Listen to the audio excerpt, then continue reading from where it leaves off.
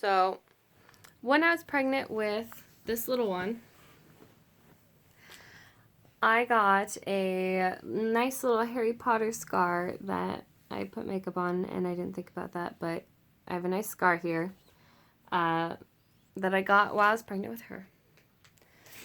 Mike took my phone and my keys, and I was locked in my room, and then he ended up busting in my room, and I knew I had to get out to protect my little baby. We're going to color today? Yeah, we're going to color today. And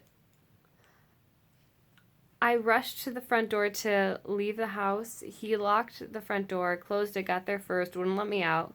So I bolted for the back door, and as I opened the back door and headed out, he kicked the back door as hard as he could to close it so that I couldn't get out, but I was already halfway out. So the door hit me in the forehead. Thank you. And busted my forehead open here. Leaving me a nice scar, and I started bleeding out immediately everywhere. I mean, my forehead was just busted open. And I put a towel on it. The towel just filled with blood right away. My entire face was dripping in blood. I looked in the mirror, and I looked like a murder scene. It was awful. And I couldn't call the police because he took my phone. He either threw it in the wall or busted it. I can't remember which one that time, but I didn't have my phone, so he ended up calling the police. And while I was waiting for the police and holding this towel on my head to stop the bleeding, Mike took over and was looking at it and trying to help. And then he started telling me what a piece of shit he was and how sorry he was, and it was just filled with sincere remorse. And he was telling me it was an accident, because it was an accident to a sense. Like, he did not mean to hurt me that bad, but he did mean to kick the door, and he did mean to lock me in the house and not let me leave, and he did mean to assault me. He just didn't mean for me to get that hurt. That's my logical side now talking, but then it was, yes, it was an accident, and that's all I saw was that it was an accident, not the part where him assaulting me wasn't an accident, just the part that him hurting me was. So I allowed him to do what abusive men are so good at doing, and he became the victim. And he told me he loved me and what a piece of shit he was, and that he's going to jail, and that he was going to kill himself because he felt so bad and he deserved death because of what he did to me. And immediately, my love instinct kicked in, and I heard what someone I dearly care for was saying, that they wanted to kill themselves. I rushed to the rescue for him. So there I am, bleeding out, and I allowed him to become the victim, even though I was the one that was bleeding all over the floor, and I have a terrible scar.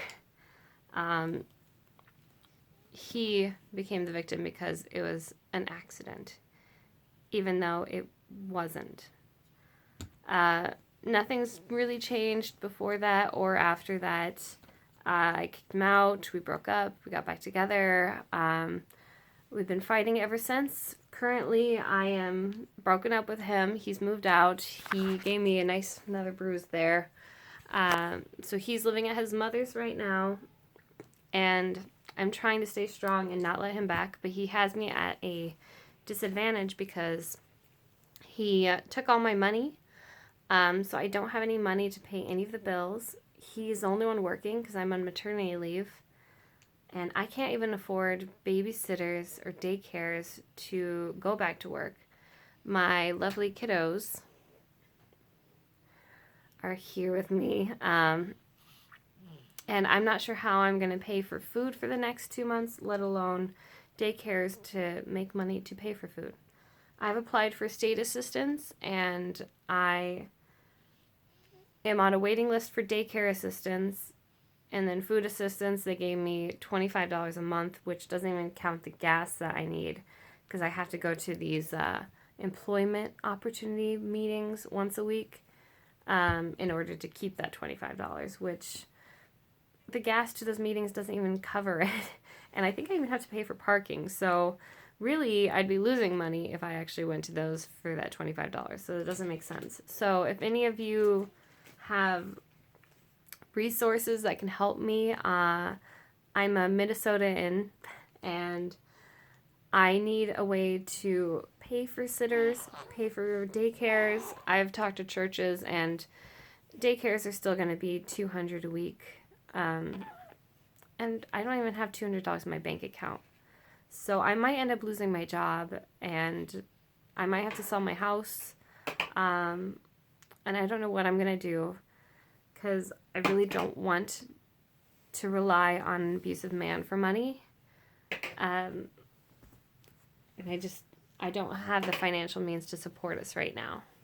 So if you have any resources, comment below. If you have any questions, comment below. I tried to give the story as best I could. I know I'm always missing details because it's such a long, elaborate story. Each one of them are, and I'm trying to sum it up in just a few minutes. So I hope that someone can learn from it, and I hope you enjoyed this video. And we'll post more soon.